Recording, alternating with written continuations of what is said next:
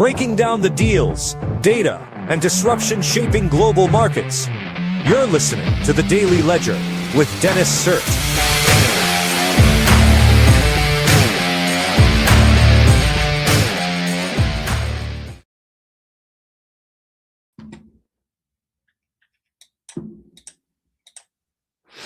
Hey folks, sorry about that. It is Thursday, January 22nd, 2026. You're listening to The Daily Ledger Show, and I am your host, Dennis Sert. Great to be here with you today. We got some good stories we're going to talk about today. We're going to talk about Snap settles social media addiction lawsuit ahead of a landmark trial. We're going to talk about FTC appeals loss in Meta antitrust case. We're going to talk about the messy human drama that dealt a blow to one of AI's hottest startups. Spoiler alert, don't sleep with your colleagues. Why Elon Musk is racing to take SpaceX public. And we're going to end with Apple plans to make Siri an AI chatbot. Let's talk about some of the market trends today. I still have the intro open. Let's talk about some of the market trends today real quick. Dow Jones is up 1.21%. NASDAQ is up 1.18%. S&P 500 is up 1.16%, looking like a green day. Shout out to the band. Bitcoin is down 0.21%, down to 89,374. Make sure to download Byte AI before we get into today's news off the iOS App Store. It's basically a financial co-pilot that tells you entry and exit signals for all of the stocks in your portfolio. It does it based off of AI analyzing the technical indicators, which is like a statistical or like a mathy way to look at when's a good time to buy, when's a good time to sell. So some of these include the Bollinger Bands, RSI curve, and the MACD curve. It has to do with statistics, as well as the news sentiment. So it sort of takes an amalgamation of both of those guys at any sort of given point, tends to refresh every half hour with a new suggestion. It's more of a day trading tool. That's what I use it for. Of course, it's not a financial advisor, neither am I, and past success does not guarantee future results, but it's a great tool. I use it every morning, like I said. And let's jump in. Snap settles social media addiction lawsuit ahead of a landmark trial. The settlement means Snap will avoid a trial where plaintiffs had planned to argue that social media platforms are inherently defective and subject to personal injury liability. So my initial take on this is that water is wet, folks. I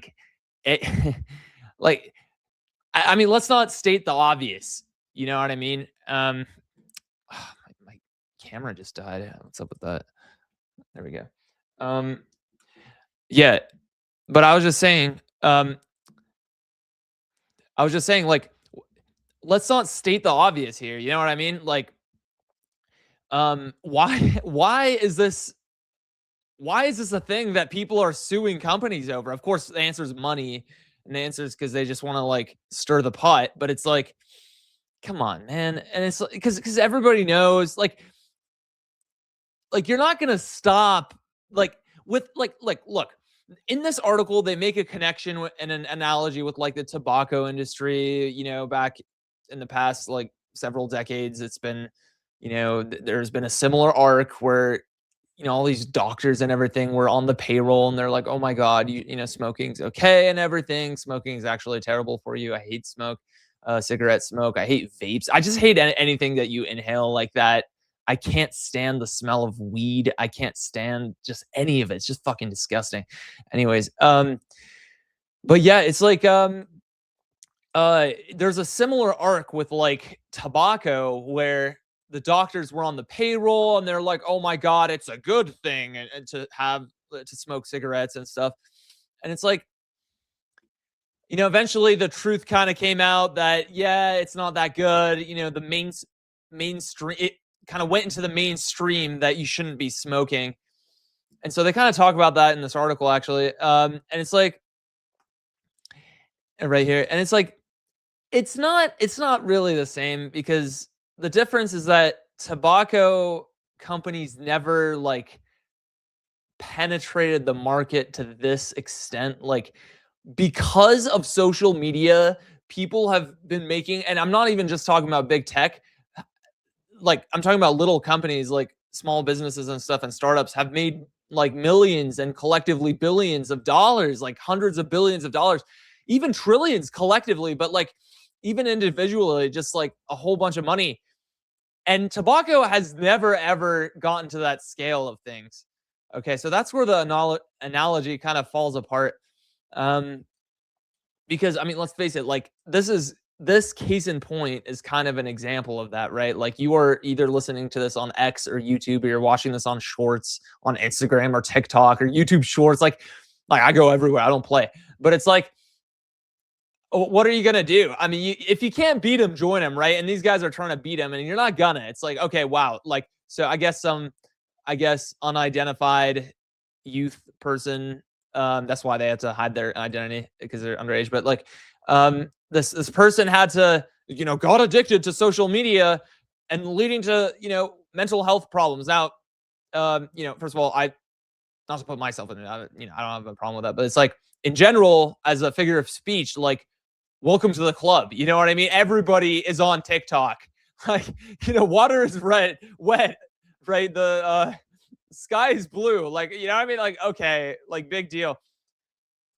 That being said, though, there is something to be said about um the addictiveness of social media. It's a lot like gambling, right? Now, I don't gamble, but you take gambling and it's like, let's take a slot machine just as an example. You pull the lever and then let's say, like, I don't know, 3 times out of 10, let's say, it'll line up correctly and then you win and then you take the profits, right? And the way it works just mathematically is like if you get lucky enough to win a few times in up front, you should just immediately cash out. Because the way it's set up, there's something called, not to get into it, but there's something called the law of large numbers, and it means that the expected value is going to stabilize, like the probability is going to stabilize as the number of trials keeps going on. So it looks like, I think it's mirrored. So I'm going to do it like this with my finger. It looks like boom, boom, boom, boom, and then it like stabilizes at the expected value that you're expected to leave the casino with, which is always just a little bit of a deficit, a little bit negative. Like the house always wins, right? So that's why if you happen to hit one of if you get lucky up front and you don't keep playing, like I'm talking about in the first trial or second trial, you happen to win, just get the fuck out, right, with your cash.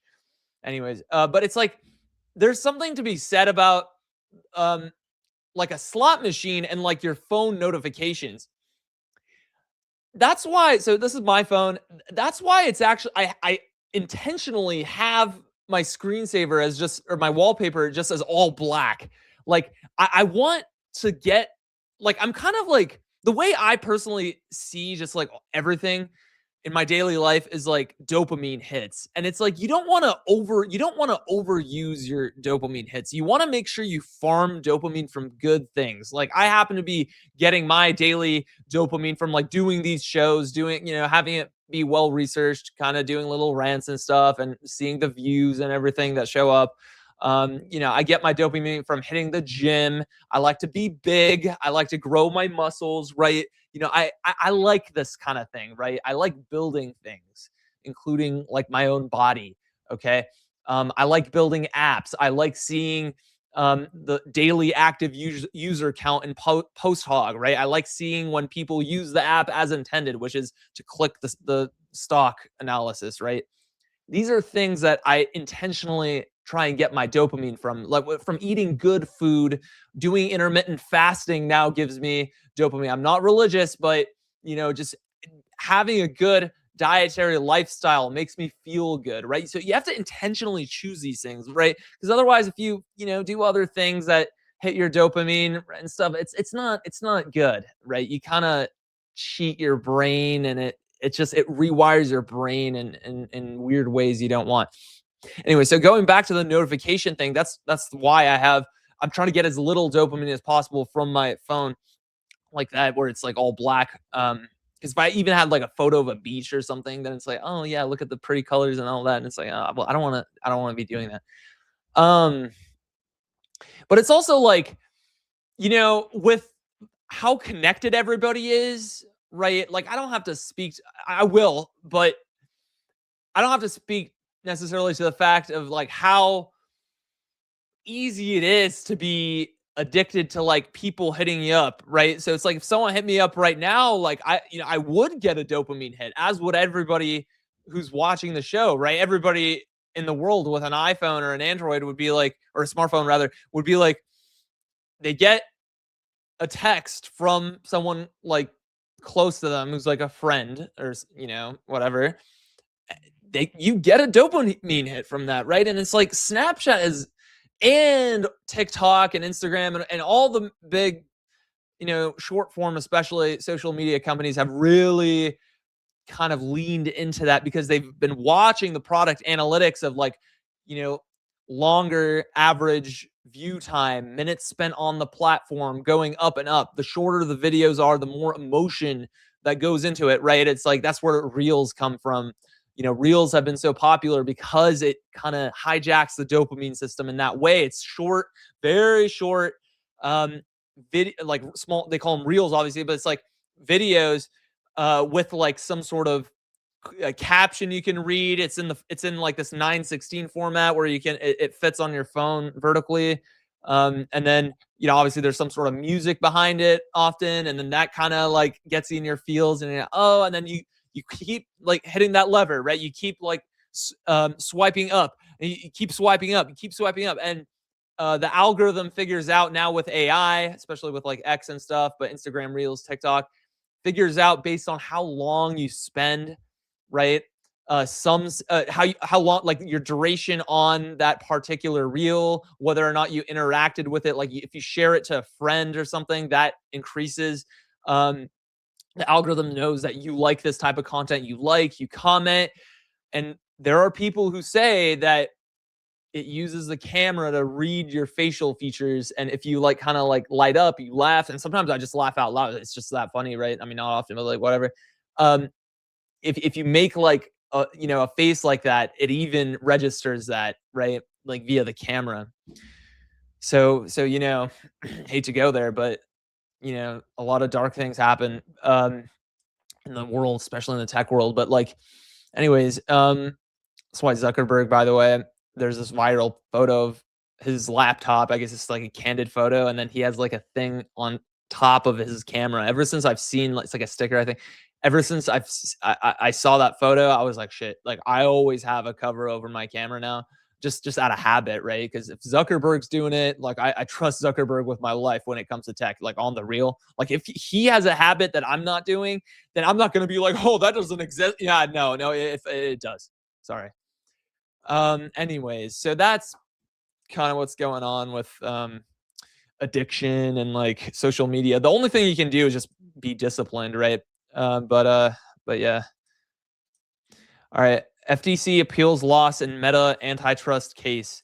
The agency is aiming to reverse a setback in the government's campaign to rein in the power of the biggest tech companies. This is just ridiculous. I mean, this is kind of similar in style to the previous story we read. It's like, okay, everyone's just suing each other and saying, yeah, I can't wait to get my grubby hands on that money. It's just like, I'm gonna just destroy Meta. I'm gonna destroy Snap. I'm gonna destroy. It's like, just calm down, okay? Like, you're not cool. You're just not, and you never will be. And so it's like, here's this excerpt. Meta violated our antitrust laws when it acquired Instagram and WhatsApp. Dude, you're about like 10 years too late, 15 years. Like, what are you kidding me? An agency spokesperson, Joe Simonson, said, thankfully for, this is the part that really like drives me nuts. Thankfully for Americans, there is an appeal process. Dude, you are doing this on our taxpayer dime. There's nothing to be thankful for. You are stealing my money, bitch. Just sit down. I like Instagram. I don't care that Meta acquired it 15 years ago. Like, shut the fuck up. Like, why hasn't Doge, like, already claimed your job, bro? Why aren't you out of a job already? You know what I mean? It's like, and the only reason that hasn't happened is because Doge just got effectively dismantled and defanged. And that was the biggest tragedy that happened in 2025. That was the thing I was looking forward to the most. It's so sad. Um, and it's like, I swear to God, I know the everybody just has the memory of a goldfish, right? I remember when the Democrats were in power and I wasn't able to get coffee from Flour Bakery and I wasn't even able to eat out at Panera Bread and at random places in Boston downtown. They were like, where's your papers? I was like, dude, shut the fuck up. Like, what do you mean, where's your papers? Like, what is this? Like, I don't have to walk around with my medical record. Like that's a personal thing, bro. Like, you ain't involved in that. And then people are like, oh my God, well, Trump didn't do this, Trump didn't do that. It's like, bro, I'm never getting back to that. Do you know why I chose a remote job over Apple? It's because I can get the fuck out of the country if the Democrats get back into the power in 2028. Because I'm telling you, they're biding their time right now, and they're going to use this precedent of 2025 and whatever happens from 2026 to January 2028 or November. And it's like, they're going to use this precedent of like, oh, Venezuela, Greenland, whatever. They're going to use that precedent and fuck us all over. I swear to God, they're biding their time, bro. They are biding their time. And it's like, nobody remembers that. Everyone's like, oh my God, like, I just remember what happened yesterday. Like, look at this riot that happened. Hey, man, you remember 2022? Because I fucking do. And it's like these people, even when they're not in power, they took down Doge. And then they're allowing shit like this to happen. It's like, oh, thankfully for Americans, we're fucking taking all of your taxpayer money as a government employee. It's like, you are a parasite. Fuck you. The messy human drama that dealt with a blow to one of AI's hottest startups.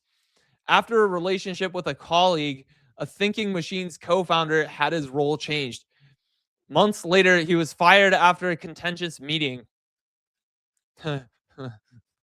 So apparently, at Thinking Machines is like this wannabe competitor to like OpenAI, XAI, Anthropic, Google, right? In the AI space, it's like, okay.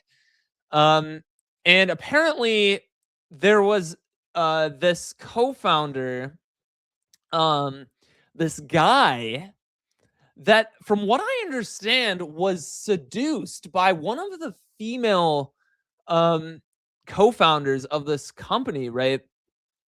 So it goes, when she confronted Zof. So at the time, Murati was in the process of raising one of the largest seed rounds in Silicon Valley history. The company ultimately raised $2 billion at a $12 billion valuation. Okay, cool. So a lot of money raised. Okay, like for real, that's cool. When she confronted Zove about the possibility of an undisclosed relationship with a female employee who was junior to him at a company but did not report to him, he initially denied it. By June, however, both Zof and the woman had told Murati about the relationship, which had begun when they were both colleagues at OpenAI. People with knowledge about those discussions said the woman then left the company and returned to OpenAI. Zof told his boss that he had been manipulated by the woman into a relationship, according to people familiar with the matter. Shortly after that conversation, he took a break from work. When he returned in late July, Murati put him in a new technical contributive role with reduced executive managerial responsibilities. And then later on, he slowly waned his job performance and then got fired. Here's the thing, right? You need to and this is to the men, okay? Because this is really a show for men. Sorry, ladies. You're welcome to listen to. As a guy, you need to have enough options and enough just general power and leverage such that and when I say that, I'm talking about have high enough sexual market value or have big enough muscles, be lean enough, have a low enough body fat percentage, right? Between 9 and 12% is a sweet spot as a guy. And it's like, you need to have that and have enough options to where you don't have to start, slinging your tool on women who are wanting a relationship with you, who are working with you in the company. Okay? You need to be able to have enough options to reject women who should be off limits. Okay? Like, I get it. Like, a lot of men in 2026 are kind of in a place of scarcity and stuff, right? And there's a lot of incels out there. There's a lot of like beta males out there. I understand, right? And it's not really a dig when I say that. But it's like you have to dig yourself out of that hole to be able to not be fired from thinking machines, from a $2 billion, it's not even $2 billion, it's $12 billion company. And then there's $2 billion in the bank. You think you can keep the dick in your pants for $2 billion in cash in bank? For Christ's sake, just go to the club and make that your opening line. Just be like, hey, guess what? What? I have $2 billion in the bank. Okay, and then it's over. Okay, she chooses you. Okay, to put it mildly. Or I'm not gonna start like giving out like dating advice here, but it's like, just, make it abundantly clear if you want, and put it in your Bumble bio or something, right? Or make it, just get a Rolex. I don't have a Rolex, by the way. I'm not that cool or rich. I'm not. I still have $100,000 to pay off under my own name. So just these ideas aren't coming from anywhere near me. But what you could do is get a Rolex and put that as your main like Bumble image, and then you won't have to worry about options. Okay, do not start like killing the golden goose. If the $2 billion is coming from the fact that you have a cordial and professional relationship with everybody in your company, guess where you won't be trying to date? Your women in your own company. Okay, it's just, but see, the problem again, it goes back to my point of being in a place of scarcity. It's like, oh no, I have to marry the first woman I meet. I have to tell the woman, oh my God, please be my girlfriend. It's like, no, dude, the woman asks you if the woman has to be the one to be like, hey, like, we've been doing this for a while. Can I be your girlfriend? Can you be my boyfriend? And in which, you ask her, are you my ride or die woman, right? Like, are you going to be like, are you my woman? And if she says yes, well, then fine, right? That is the mindset that you have to go about these things. But suddenly it's like, oh, wow. And then the women get mad about it too. It's like, just like visibly angry. It's like that Arthur meme again. It's like, whenever it's like, oh, you haven't asked me out yet. You haven't asked me to be your girlfriend yet. Okay, well then ask me. Like, you know what I mean? Like, I'll probably say yes. But it's like, it's like, oh, it's like, we've been doing this for 8 months and you haven't asked me to be your girlfriend. Yeah. And I don't fucking plan to. Okay. All right. Why Elon Musk is racing to take SpaceX public? It's because the data centers, the AI is in space now, bro. That's why. Okay. It's not just the data centers. It's also the satellites that are AI driven. I want to say ChatGPT driven, but he's not talking about that. He's talking about Grok driven. So how about that? Satellites. That's essentially the gist of the article. Apple plans to make Siri an AI chatbot, report says. Yeah, you're only like 4 years late. Almost 5 years late. Yeah, great idea. The Siri chatbot, internally codenamed Campos, will work with both voice and text inputs. Wow, really? Oh my God. Groundbreaking. Apple Senior Vice President Craig Federighi had previously stated that he didn't want Siri to be a chatbot, and rather he wanted Apple's AI options to be integrated so that it's within reach whenever you need it. Well, nobody fucking needs it, bro, because you decided to get complacent. You're, oh, what? It's like these people, why money? It's like, why? It's like, no, it's like you need to keep climbing up that ladder. The job is never over, right? You need to keep saving that money. You have to keep, working in your best interest. Like I said the other day, it's like, so why do we need a chat bot? Well, fast forward 4 years later, and you're the loser of the big tech run. You're the runt. You're the bitch, right? You're Apple. You know what I mean? It's like you lost the AI race.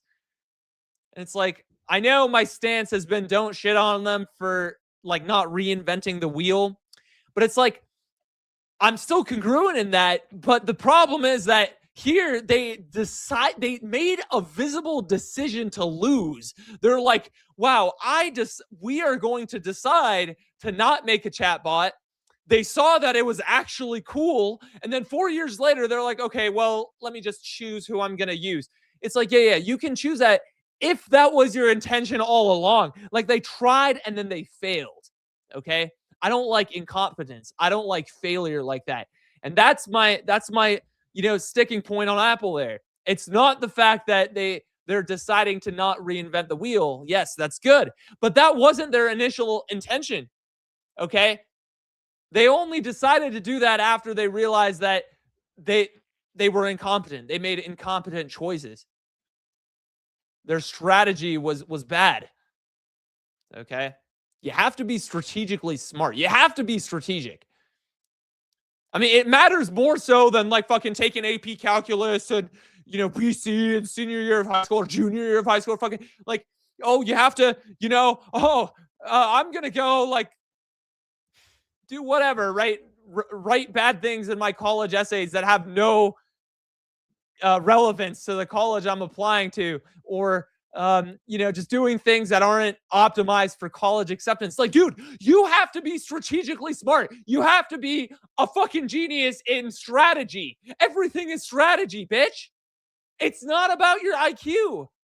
It's not about how early you took AP Calculus BC, whether you took it in junior or senior year or in college, right? It has to do with how you do strategy. Strategy is everything. Okay, let's leave it there. Make sure to download Byte AI.